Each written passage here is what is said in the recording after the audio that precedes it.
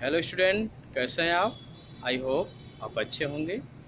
मैं Ajay Kushwaha sir, mathematics study centre में आपका स्वागत करता हूं। आज मैं क्लास 12th का एक नया वीडियो लेकर आया हूं, जिसमें हम आज डिस्कस करेंगे इंटीग्रेशन बाय पार्शियल फ्रैक्शन। मेरा आज का टॉपिक है इंटीग्रेशन बाय पार्शियल फ्रैक्शन, यानी किसी फंक्शन का इंटीग्रेशन पार्शियल फ्रैक्शन से कैसे करेंगे। तो सबसे पहले हमें ये जानना है कि पार्शियल फ्रैक्शन होता क्या है। पार्शियल फ्रैक्शन पर हम डिस्कस करेंगे। उसके बाद पार्शियल फ्रैक्शन से किसी फंक्शन को पार्शियल फ्रैक्शन में तोड़कर उसका इंटीग्रेशन कैसे करेंगे, उस पर हम डिस्कस करेंगे। तो सबसे पहले हम बात करेंगे रेशनल फंक्शन की बात करेंगे। रेशनल फंक्शन के बाद हम पार्शियल फ्रैक्शन पर आ रहे हैं। तो सबसे पहले हम डिस्कस करेंगे rational function.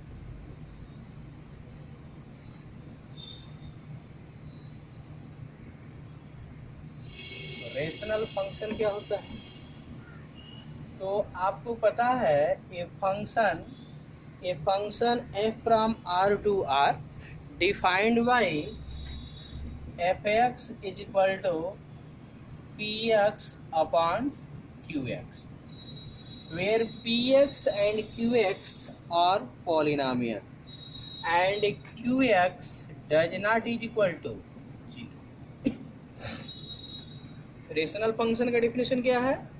A function f from r to r defined by fx is equal to px upon qx, where qx does not is equal to 0. px और qx क्या होना चाहिए? देखिए यहाँ पे fx is equal to px upon qx, px और qx से दोनों पॉलिनोमियल होने चाहिए and qx does not is equal to 0। तो कोई फंक्शन इस फॉर्म में है तो उसको हम रेशनल फंक्शन बोलते हैं। क्लियर? अब यहाँ पे ये रेशनल फंक्शन तो हो गया। अब मैं डिस्कस करने जा रहा हूँ, आप फ्रैक्शन पढ़े होंगे। आप फ्रैक्शन का नाम आपने सुना है, फ्रैक्शन। तो फ्रैक्शन आप पढ़े होंगे 3/5, 11/7, 3 इंटीजर 1/2, इस तरह के आप फ्रैक्शन पढ़े। तो फ्रैक्शन ये 3/5, 11/7, 3 इंटीजर 1/2, यहाँ पे मैंने 3 फ्रैक्शन लिखा है। तो 3/5, 11/7, 3 इंटीजर 1/2। तो आप पढ़े होंगे फ्रैक्शन 3 टाइप के होते हैं, प्रॉपर फ्रैक्शन, इम्प्रॉपर फ्रैक्शन और मिक्स फ्रैक्शन। तो प्रॉपर फ्रैक्शन किसको बोलेंगे, इम्प्रॉपर फ्रैक्शन किसको बोलेंगे और मिक्स फ्रैक्शन क्या है? तो आप पढ़े होंगे कि वह फ्रैक्शन जिसका न्यूमरेटर छोटा और डिनोमिनेटर बड़ा, उसको हम प्रॉपर फ्रैक्शन बोलते हैं। जिस फ्रैक्शन का न्यूमरेटर बड़ा और डिनोमिनेटर छोटा, उसको हम क्या बोलेंगे? Improper fraction. इम्प्रॉपर फ्रैक्शन को ही मिक्स फ्रैक्शन के रूप में हम लिख देते हैं। या कह सकते मिक्स फ्रैक्शन में क्या होता है, ये मेरा होल नंबर होता है, या इंटीजर का सकते 3 इंटीजर 1/2, इस तरह के फ्रैक्शन को मिक्स फ्रैक्शन बोलते हैं। तो इसी तरह आपका fx is equal to px upon qx, ये मेरा रेशनल फंक्शन है। तो ये रेशनल फ्रैक्शन भी आपका प्रॉपर, इम्प्रॉपर और मिक्स में कन्वर्ट होता है। तो इस रेशनल फंक्शन यदि मेरा कोई दिया गया है तो उसको कब आप रेशनल बोलेंगे?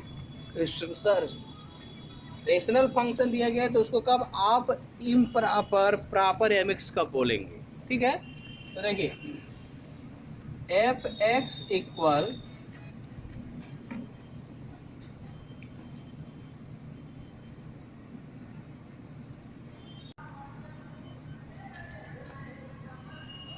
देखिए मेरा ये fx is equal to px upon qx rational function है।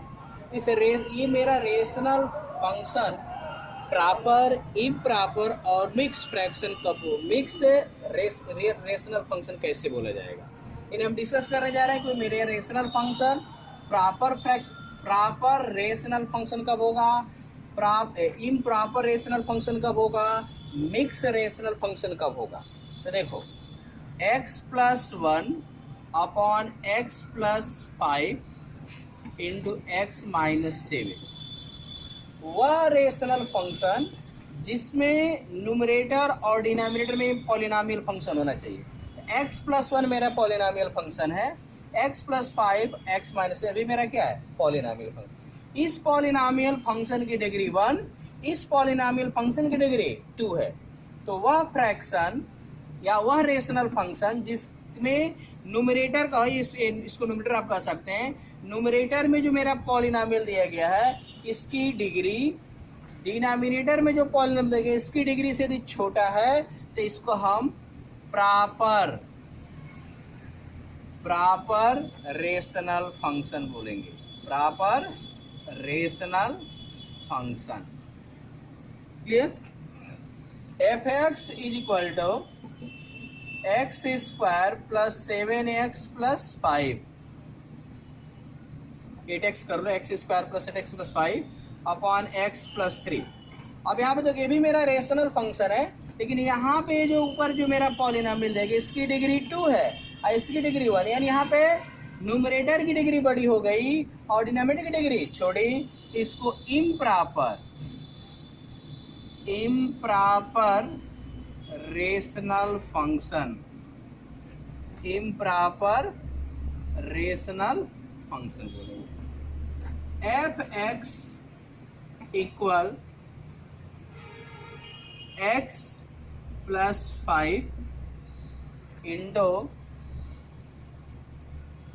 3 अपॉन एक्स प्लस 8।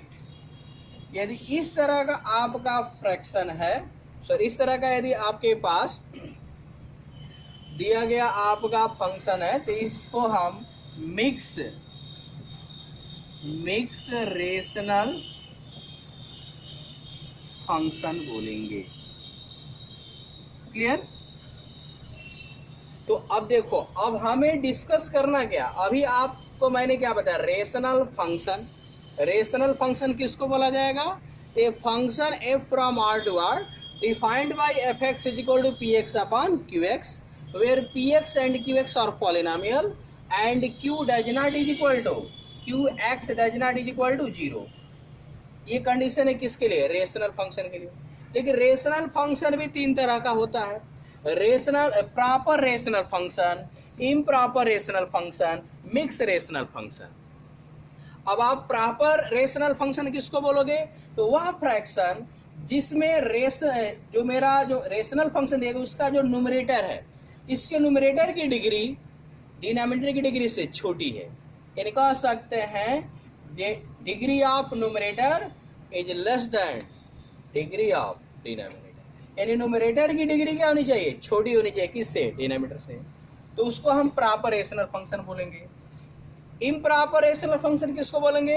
न्यूमरेटर की डिग्री बड़ी हो जाए, न्यूमरेटर की डिग्री किससे बड़ी है? डिनोमिनेटर से, उसको आप इम्प्रॉपर रेशनल फंक्शन। और मिक्स फ्रैक्शन किसको बोलेंगे? जिसमें आपका एक होल नंबर आ जाए, क्या जाए? X plus 5 into x plus 5 3 upon x plus 8, इसको क्या बोला जाएगा? Mix rational function. अब हम डिस्कस करने जा रहे हैं कि पार्शियल फ्रैक्शन होता क्या है। तो पार्शियल फ्रैक्शन पर पहले डिस्कस करें।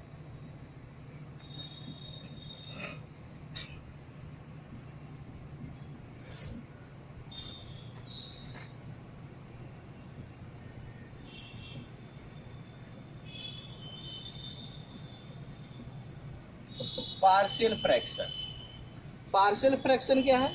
तो पहले आप इसको देखो, 5/6 ये मेरा एक फ्रैक्शन है। तो 5/6 को आप 1/2 प्लस 1/3 लिख सकते हैं। यानी 5/6 को आपने 2 फ्रैक्शनों में तोड़ा, 1/2 और 1/3। ये 1/2 और 1/3 ये जो 2 फ्रैक्शन आ रहे हैं, इस 5/6 जो मेरा फ्रैक्शन है इसके 2 पार्ट हुए, 2 अलग अलग पार्ट हुए। तो इसी को 1/2 और 1/3 5/6 क्या बोले जाएंगे? पार्शियल फ्रैक्शन बोलेंगे। क्लियर? तो अब देखो, ये जो मेरा फ्रैक्शन दिया गया है डिजिट के रूप में दिया गया। अब आपका रेशनल फंक्शन दिया गया हो, जैसे मान लो x plus 1 upon x plus 2 x plus 3। अब यहाँ पे और एक चीज और है, ये मेरा रेशनल फंक्शन है। तो रेशनल फंक्शन मैंने आपको 3 टाइप का बताया। प्रॉपर रेशनल फंक्शन, इम्प्रॉपर और मिक्स। तो प्रॉपर रेशनल फंक्शन को ही हम पार्शियल फ्रैक्शन में तोड़ सकते हैं। प्रॉपर रेशनल फ्रैक्शन को ही पार्शियल फ्रैक्शन में तोड़ा जा सकता है। इट मीन्स जिस रेशनल फंक्शन आपके पास दिया गया है उसके न्यूमरेटर की डिग्री डिनोमिनेटर की डिग्री से यदि कम है तो उसको पार्शियल फ्रैक्शन में तोड़ सकते हैं। यदि इम्प्रॉपर है तो इम्प्रॉपर को प्रॉपर बनाने के बाद ही आप उसको पार्शियल फ्रैक्शन में तोड़ेंगे। ठीक है, तो जैसे देखो यहाँ पे x+1 upon x+2 into x+3। तब यहाँ पे न्यूमरेटर, अब यहाँ पे देखो न्यूमरेटर की डिग्री छोटी है और डिनोमिनेटर की डिग्री बड़ी है, तो इसको पार्शियल फ्रैक्शन में हम तोड़ सकते हैं। क्लियर। अब मान लो x² + 7x + 8 अपॉन x+3 है, तो इसको हम पार्शियल फ्रैक्शन में नहीं तोड़ सकते। इसको पार्शियल फ्रैक्शन में तोड़ने के लिए हमें इसको पहले इम्प्रॉपर बनाना पड़ेगा, यानी प्रॉपर बनाना पड़ेगा। प्रॉपर बनाने के लिए x+ से इसको डिवाइड करेंगे, डिवाइड करने के बाद जब ये प्रॉपर बन जाएगा तब आप इसको तोड़ेंगे। तब देखो अब यहाँ पे प्रॉपर रेशनल फंक्शन है, उसको हम पार्शियल फ्रैक्शन में कैसे तोड़ेंगे, इसके लिए 4 या 5 रूल है। उस रूल को मैं लिख रहा हूँ, उसके बाद उस पर 1-2 एग्जाम्पल कराएंगे, तब आपको समझ में आ जाएगा। तो देखिए,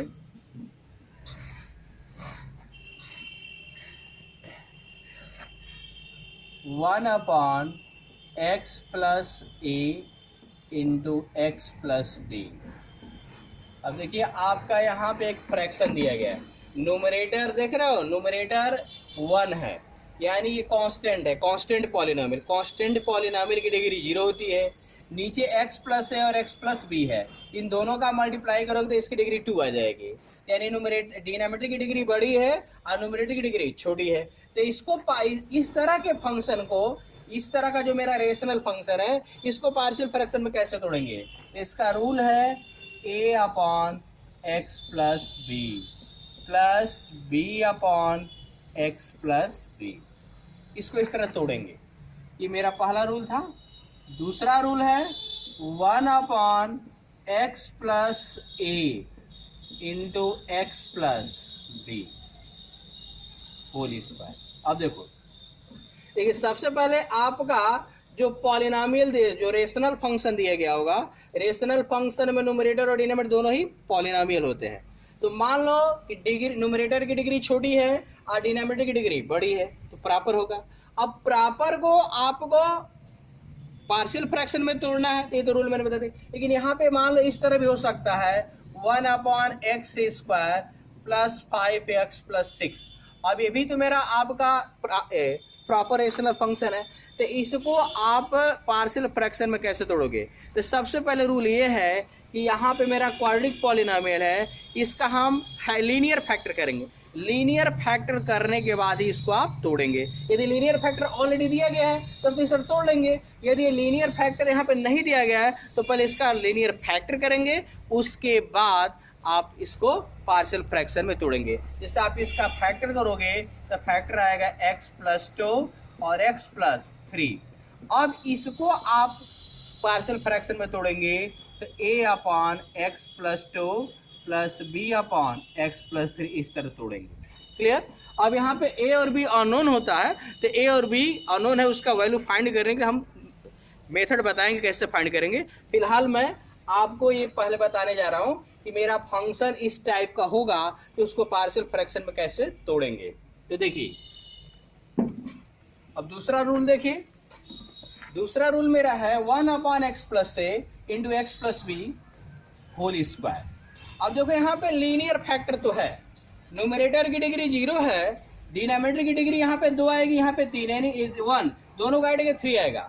तो डिनोमिनेटर की डिग्री 3 है और न्यूमरेटर की डिग्री 0 है, तो ऑलरेडी इसकी डिग्री बड़ी है, तो ये प्रॉपर रेशनल फंक्शन है। अब इसको आपको पार्शियल फ्रैक्शन में तोड़ना को तो कैसे तोड़ेंगे। देखो रूल क्या है, यहाँ पे देखो, यहाँ पे लीनियर मेरा फैक्टर इसका पावर 1 है, यानी और यहाँ पे x+b का पावर 2 है, तो यहाँ पे मेरा लीनियर जो फैक्टर है रिपीट हो रहा है, तो इसको कैसे तोड़ेंगे। a अपॉन एक्स प्लस ए। अभी मेरा यहाँ पे लीनियर फैक्टर सिंगल है, इसको ए अपॉन एक्स प्लस बी लिखेंगे, लेकिन यहाँ पे एक्स प्लस बी का पावर 2 है, रिपीट हो रहा है, तो इसको लिखने का तरीका ये b upon x plus b लिख लेंगे plus c upon x plus b का होल स्क्वायर, यानी एक्स प्लस बी का पावर 2 है तो b upon x plus b plus c upon x plus b का होल स्क्वायर। तीसरा रूल इसको देखो, 1 upon x plus a into a x square plus b x plus c x plus d. अब यहाँ पे देखो क्या है, यहाँ पे न्यूमरेटर की डिग्री 0 है, डिनोमिनेटर में आएंगे तो इसकी डिग्री यहाँ पे 2 हो या यहाँ पे 1 है, मल्टीप्लाई करें तो डिग्री 3 आ जाएगी। अब यहाँ पे डिग्री 3 है और ये 0 है, तो प्रॉपर रेशनल फंक्शन तो है, लेकिन अब यहाँ पे ये एक्स प्लस से मेरा लीनियर फैक्टर है, B x square plus c x plus ये मेरा क्वाड्रिक है, और ये क्वाड्रिक पॉलिनोमियल इस प्रकार है कि इसका लीनियर फैक्टर पॉसिबल नहीं है, इसका लीनियर फैक्टर पॉसिबल नहीं है, तो इसको कैसे तोड़ेंगे? इसका रूल ये है a upon x plus a plus b x plus c upon b x square plus c x plus d. इस तरह से इसको तोड़ने का रूल है। इस तरह अगला रूल है 1 upon x plus a b x square plus c x plus d whole square. नीचे जो हम बी सी डी लिख रहे हैं ये आपके स्मॉल में है, ऊपर जो हम ए बी सी लिख रहे हैं वो कैपिटल में है। अब देखो यहाँ पे x plus a linear factor है, यहाँ पे क्वाड्रिक पॉलिनोमियल है जिसका लीनियर फैक्टर पॉसिबल नहीं है, ये भी रिपीट हो रहा है। क्या हो रहा है? रिपीट हो रहा है। देखो यहाँ पे 2 बार रिपीट हो रहा है, 3 बार भी रिपीट हो सकता है, 4 बार भी रिपीट हो सकता है। इसको कैसे लिखेंगे? a upon x plus A, linear factor तो a अपॉन एक्स प्लस लिख लेंगे, लेकिन यहाँ पे देखो क्वाड्रिक पॉलिनोमियल है और रिपीट भी हो रहा है, इसको आप लिखोगे इस तरह b x plus c upon b x square plus c x plus d plus d x plus e upon b x square plus c x plus d whole square. Clear? तो रिपीट हो रहा है तो इसी तरह आपको बढ़े, जैसे मान लो यहाँ पे पावर 3 भी हो, जैसे यहाँ पे मेरा x प्लस बी का पावर 2 था, 3 भी हो सकता है, तो 3 होगा तो अगला d upon x plus b का होल क्यूब हो जाएगा। यहाँ पे पावर 3 होगा तो अगला मेरा टर्म अगले में क्या आ जाएगा? F x plus g upon b x square plus c x d का होल क्यूब होगा, यानी इसी तरह बढ़ता जाएगा। तो इस रूल को आप नोट कर लीजिए या इसका स्क्रीनशॉट ले लीजिए। इसके बाद मैं आपको एक क्वेश्चन कराने जा रहा हूँ, उसको देखिए।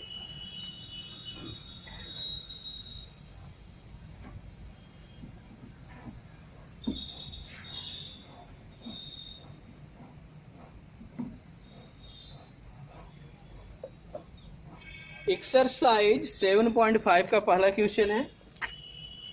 एक्सरसाइज 7.5 का फर्स्ट क्वेश्चन है x upon x plus 1 into x plus 2। अब इसका आपको इंटीग्रल करना है। अब इसका इंटीग्रल करने के लिए आपको पार्शियल फ्रैक्शन का यूज करना है, तो आप करेंगे क्या? देख लो, ये बताओ, ये जो फंक्शन दिया गया है ये रेशनल फंक्शन है। अब रेशनल फंक्शन में ऊपर न्यूमरेटर की डिग्री 1 है, नीचे मल्टीप्लाई करोगे तो 2 आ जाएगा, तो ये प्रॉपर रेशनल फंक्शन है। तो प्रॉपर रेशनल फंक्शन को आप पार्शियल फ्रैक्शन में लिख सकते हैं। अब बताओ यहाँ पे, अब जैसे इसके पहले मैंने बताया था 1 upon x plus a into x plus b, इसको आपने रेशनल पार्शियल फ्रैक्शन में तोड़ा तो a upon x plus a plus B upon x plus b, ये आपने लिखा। अब यहाँ पे देखो, यहाँ पे आपको केवल ये देखना है कि न्यूमरेटर की डिग्री छोटी होनी चाहिए, डिनोमिनेटर की डिग्री बड़ी होनी चाहिए। तो यहाँ पे आपकी छोटी, यहाँ पे बड़ी है, इसको भी उसी तरह तोड़ेंगे a upon x plus 1 plus B upon x plus 2 dx। आपके दिमाग में चल रहा होगा कि सर यहाँ पे तो 1 है, यहाँ पे x है, तो a और b में चेंज होगा। ऐसा कुछ नहीं है। हाँ, केवल ये आपको देखना है कि न्यूमरेटर की डिग्री छोटी होनी चाहिए, डिनोमिनेटर की डिग्री बड़ी, तो इसको तोड़ने का रूल है a upon x plus a plus B upon x plus b. अब यहाँ पे ए और बी अननोन राशि होती है, अज्ञात राशि, ए और बी अननोन क्वांटिटी होती है, तो ए और बी का वैल्यू कैसे फाइंड करेंगे? तो देखो इसको आप कर लीजिएगा 1। अब बताओ x upon x plus 1 x plus 2, यही मेरा रेशनल फंक्शन है। इसी को तो तुमने पार्शियल फ्रैक्शन के रूप में x a upon x plus 1 plus B upon x plus 2 इस रूप में तोड़े हो। तो अब करेंगे ए और बी का वैल्यू फाइंड करने के लिए क्या करेंगे, इसको ऐड करेंगे, x plus 1 x plus 2 x plus 2 into a plus x plus 1 into b. ये किसका वैल्यू है? X upon x plus 1 into x plus 2। X plus 1 into x plus 2 ये आपका ये कैंसिल हो जाएगा। X is equal to x plus 2 into a plus x plus 1 into, ठीक है। तो देखो अब यहाँ पे ये मेरा रिजल्ट आ गया। अब हमें ए और बी का वैल्यू चाहिए। तो यहाँ पे रूल है कि यदि आपको ए का वैल्यू फाइंड करना है तो एक्स का ऐसा वैल्यू रखा जाए कि ये टर्म जीरो हो जाए, बी वाला टर्म जीरो हो जाए। तो ये बताओ बी का टर्म जीरो होने का मतलब कि बी का कोफिशिएंट एक्स प्लस 1 है, यानी ये जीरो होना चाहिए। तो आप क्या करोगे कि बी का जो कोफिशिएंट एक्स प्लस 1 इसी को जीरो के इक्वल कर दो।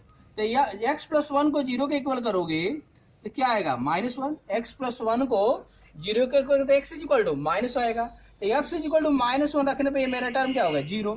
इसमें x is equal to 1, x is equal to -1 आप लिखेंगे, put x is equal to -1 रख दिया जाए। तो -1 is equal to -1 plus 2 a plus -1 plus 1 into b. क्या आएगा आपका? -1 इक्वल ए प्लस 0, -1 प्लस 1 0 हो जाएगा, यानी ए इज इक्वल टू -1। अब आपको बी का वैल्यू फाइंड करना हो, ए का वैल्यू तो निकल गया, तो बी का वैल्यू फाइंड करने के लिए हम एक्स का ऐसा वैल्यू रखेंगे कि ये टर्म 0 हो जाए। यानी तो ये बताओ ए को 0 करने के लिए ए का कोफिशिएंट क्या है? X plus 2। तो एक्स प्लस 2 को 0 करेंगे तो एक्स प्लस 2 को 0 करते एक्स इज इक्वल टू -2 आएगा। यानी अब क्या करेंगे? Put x is equal to -2। इसी रिजल्ट में इसको ना हो तो आप 2 मान सकते हैं। इसी रिजल्ट में आप x इज इक्वल टू -2 रखेंगे तो क्या आएगा? -2 equal -2 plus 2 into a plus -2 plus 1 into B. तो -2 ये तो 0 हो जाएगा और -b, 2 is equal to b। a का वैल्यू -1 और b का वैल्यू 2। तो a और b का जो वैल्यू आया है 1 में पुट कर दो। ये 1 देख रहे हो? आप क्या लिखेंगे? Putting the values of a and b in equation first. क्या आएगा? Integral -1 upon x plus 1 plus 2 upon x plus 2 dx। मैंने क्या किया? ए और बी का वैल्यू इक्वेशन 1 में रखा।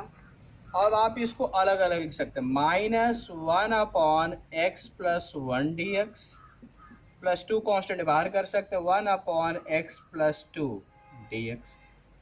अब आप इंटीग्रल कीजिए। तो फार्मूला आप जानते हैं, मैं फार्मूला यहाँ पे लिख दे रहा हूँ। आप जानते हैं इंटीग्रल 1 अपॉन एक्स dx, इसका इंटीग्रल क्या होता है? log x बेसिक, या 1 upon x plus a dx, इसका भी इंटीग्रल क्या होगा? log x plus a।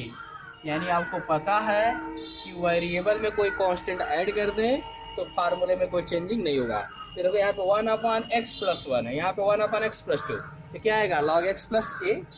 log x plus a के अनुसार यानी क्या आएगा? इसको आप क्या लिखेंगे? Minus log x plus 1 plus 2 log x plus 2 plus आप c ऐड कर सकते हैं। इसको आप क्या लिखेंगे? इसको आप लिख सकते हैं log x प्लस 1 का पावर -1। इसको लिख सकते हैं log x प्लस 2 का पावर 2। यानी आप क्या लिखेंगे, इसको लिख सकते हैं log x 1/x minus 1 x plus 1 plus log x plus 2 का पावर 2, प्लस ये आप ऐड कर लीजिएगा।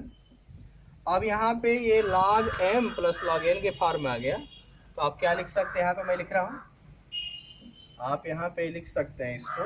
अब आप चाहेंगे तो आंसर यहीं पे भी छोड़ सकते हैं, यहाँ पर भी आंसर छोड़ सकते हैं तो और सॉल्व कर सकते हैं। log m plus log n यानी क्या आएगा, log आपका x plus 2 whole square upon x plus 1 plus c, ये भी आंसर होगा। यहाँ पर भी आप ब्रेक करेंगे तो आपको फुल मार्क्स मिल जाएंगे। यहाँ इस तरह भी कर सकते हैं। ओके, क्वेश्चन नंबर आप 7 देखिए। x upon x square plus 1 x minus 1। देखिए आप क्वेश्चन नंबर 7 देखिए, x upon x square plus 1 x minus 1 dx। अब इसका आप इंटीग्रल कैसे करोगे, इसका इंटीग्रल पार्शियल फ्रैक्शन से ही करना है, तो क्या करेंगे आप देखो। तो यहाँ पे आप इसको इस तरह लिख सकते हो, x upon x square plus 1 x minus 1 x square plus 1 dx लिख सकते हैं। अब देखो यहाँ पे ये रिजल्ट आपका इसे टैली कर रहा है, 1 upon x plus a into b x square plus c x plus d. इस टाइप का मैंने पॉलिनोमियल बताया, तो इस तरह का रेशनल फंक्शन है, उसको पार्शियल फ्रैक्शन में कैसे तोड़ेंगे मैंने आपको बताया।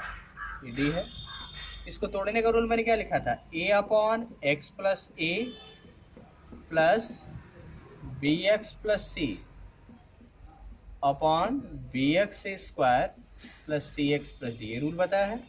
तो उसी के अनुसार देखो यहाँ पे करना क्या, पहले तो ये प्रॉपर है क्योंकि इसकी डिग्री 1 है, इसके नीचे डिग्री 3 है। तो इसको पार्शियल फ्रैक्शन में तोड़ोगे तो a upon x minus 1 plus b x plus c upon x square plus 1 d. क्योंकि देखो एक्स स्क्वायर प्लस 1 एक क्वाड्रेटिक पॉलिनोमियल है जिसका फैक्टर पॉसिबल नहीं है, इसलिए मैंने इसको B x plus c upon x square plus 1 लिख सकते हैं। इसको आप कर लेंगे 1। अब क्या करोगे, हमें ए बी सी का वैल्यू चाहिए, तो हम करेंगे क्या, x upon x plus 1 x minus 1 है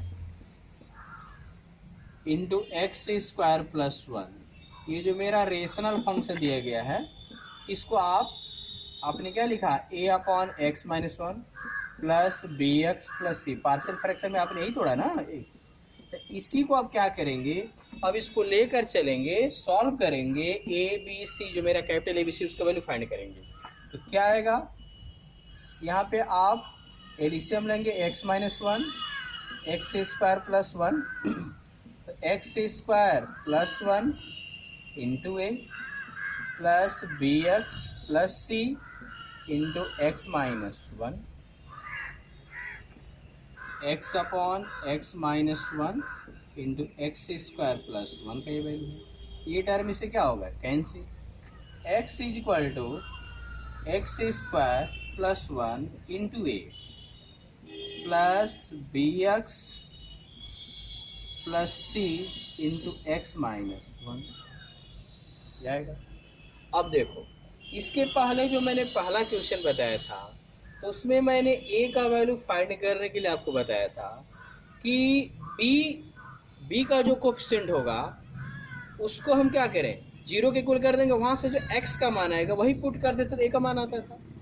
तो यहाँ पे तो आप x के जगह 1 रखोगे तो इसका वैल्यू आ जाएगा, लेकिन b और c का वैल्यू फाइंड करने के लिए अब इसके कोफिशिएंट को हम 0 करें तो x is equal two plus minus 1 आएगा। तो यहाँ से मैंने कहने का मतलब कि b और c का वैल्यू फाइंड करना थोड़ा मुश्किल हो जाता है। तो हम करते क्या हैं कि यहाँ पे पहले इसको मल्टीप्लाई करो, एक्स स्क्वायर ए प्लस ए, यहाँ भी मल्टीप्लाई कर लें, मल्टीप्लाई करेंगे तो क्या आएगा, b x square plus b x minus b x plus c x minus c. इसके बाद आप क्या करोगे, एक्स स्क्वायर के कोफिशिएंट को एक साथ लिखो, x square a b x square, x square common करोगे तो ए प्लस बी। इसके बाद आप एक्स प्लस एक्स मैंने कॉमन किया, एक्स कॉमन करेंगे तो c minus b, constant term plus a और माइनस सी। अब यहाँ पे देखो एक्स स्क्वायर एक्स और कॉन्स्टेंट टर्म है, तो हम क्या करेंगे, कंपेयर करेंगे। यहाँ पे हम क्या करेंगे, कंपेयर करेंगे। आप यहाँ पे लिखेंगे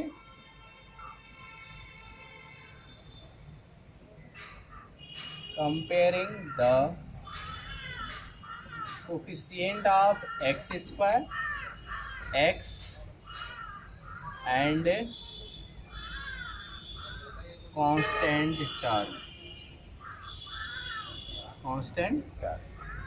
अब क्या कीजिए कि एक्स स्क्वायर एक्स और कांस्टेंट टर्म का क्या कीजिए, कंपेयर कीजिए दोनों टर्म से, दोनों पक्षों से, या बोथ साइड कर सकते हैं, दोनों तरफ से हम क्या करेंगे, एक्स स्क्वायर एक्स और कांस्टेंट टर्म का कंपेयर करेंगे। एक्स स्क्वायर का कोफिशिएंट ए प्लस बी है, इधर एक्स स्क्वायर है नहीं, इसका मतलब उसका कोफिशिएंट 0 है, यानी आपका क्या आएगा, ए प्लस बी इक्वल 0। उसको आप कर सकते हैं सेकेंड। इसके बाद x का कोफिशिएंट है c माइनस बी, यहाँ पे 1 है, तो आप क्या लिखेंगे, c minus b is equal to 1। ये मेरा इक्वेशन 2 है, इसको आप कर लेंगे थर्ड। और कांस्टेंट टर्म यहाँ पे a माइनस सी है, इधर क्या है, कांस्टेंट टर्म 0 है, यानी a minus c is equal to 0। तो a इक्वल क्या आएगा, c, इसको कर लेंगे 4। तो देखिए a इज इक्वल टू सी आया है, तो आप करेंगे क्या, आप a का वैल्यू 2 में रख दो। यहाँ पे आप लिख सकते हैं फ्रॉम इक्वेशन 2 एंड 4। 2 एंड 4 से क्या आएगा, a की जगह पे क्या रख सकते हैं, c प्लस बी इक्वल 0, इसको आप 5 कर सकते हैं। अब यहीं पे हम क्या कर रहे हैं, c minus b is equal to 1, equation 3 ले रहे हैं। इन दोनों को ऐड कर दें, यहाँ पे दोनों को जब ऐड करोगे तो क्या आएगा, ऐड करें b से भी कैंसिल हो जाएगा, 2c इज इक्वल टू 1, तो c इज इक्वल टू 1/2। अब क्या करेंगे, put c is equal to 1/2 in equation third में ही रख दो। तो c का वैल्यू कितना है, 1/2 माइनस बी इक्वल 1, तो minus b is equal to 1 minus 1/2, यानी क्या आएगा, 1/2 माइनस बी का वैल्यू, तो b is equal to minus 1/2 आएगा। और b और c का वैल्यू निकल गया, और a और c क्या है, इक्वल है, तो a इज इक्वल टू क्या आएगा, 1/2, यानी आपका b का वैल्यू माइनस 1/2, a का वैल्यू 1/2 और c का वैल्यू 1/2। तो आप करेंगे क्या, अब यही वैल्यू ए बी सी का जो वैल्यू है 1 में रखने जा रहा है। आप लिख सकते हैं putting the value of a b and c in equation 1, तो 1 में मैं रख रहा हूँ। ए का वैल्यू कितना है, 1/2, तो आपका क्या आएगा, 1/2 और इंटू क्या होगा, x minus 1 d x, sorry plus b x, b का value minus 1/2x plus c का value 1/2 upon x square plus 1 dx। अब आप चाहें तो इनको अलग अलग कर सकते हैं, तो 1/2 कॉन्स्टेंट है, बाहर हो जाएगा, x माइनस 1 dx। अब यहाँ पे आप क्या कर सकते हैं, यहाँ पे आप अलग अलग लिखिए, यानी आप क्या करेंगे, आप लिखेंगे minus 1/2 x upon x square plus 1 dx और plus 1/2 1 upon x square plus 1 dx लिख सकते हैं। तो देखो मैंने अलग अलग कर दिया, minus 1/2 x upon x square plus 1/2 और 1 अपॉन एक्स स्क्वायर प्लस 1। अब इसका इंटीग्रल आसानी से हो जाएगा, log x माइनस 1 होगा, इसका भी इंटीग्रल हो जाएगा। इसका इंटीग्रल करने के लिए, इस पोर्शन का इंटीग्रल करने के लिए एक्स स्क्वायर प्लस 1 को t मानना पड़ेगा, यानी यहाँ पर कह सकते हैं सब्स्टिट्यूशन मेथड यूज करने जा रहे हैं। क्या आएगा, 2x dx equal dt, x dx is equal to 1/2 dt। Clear, तो देखो क्या आएगा, इसका मैं इंटीग्रल कर रहा हूँ 1/2 log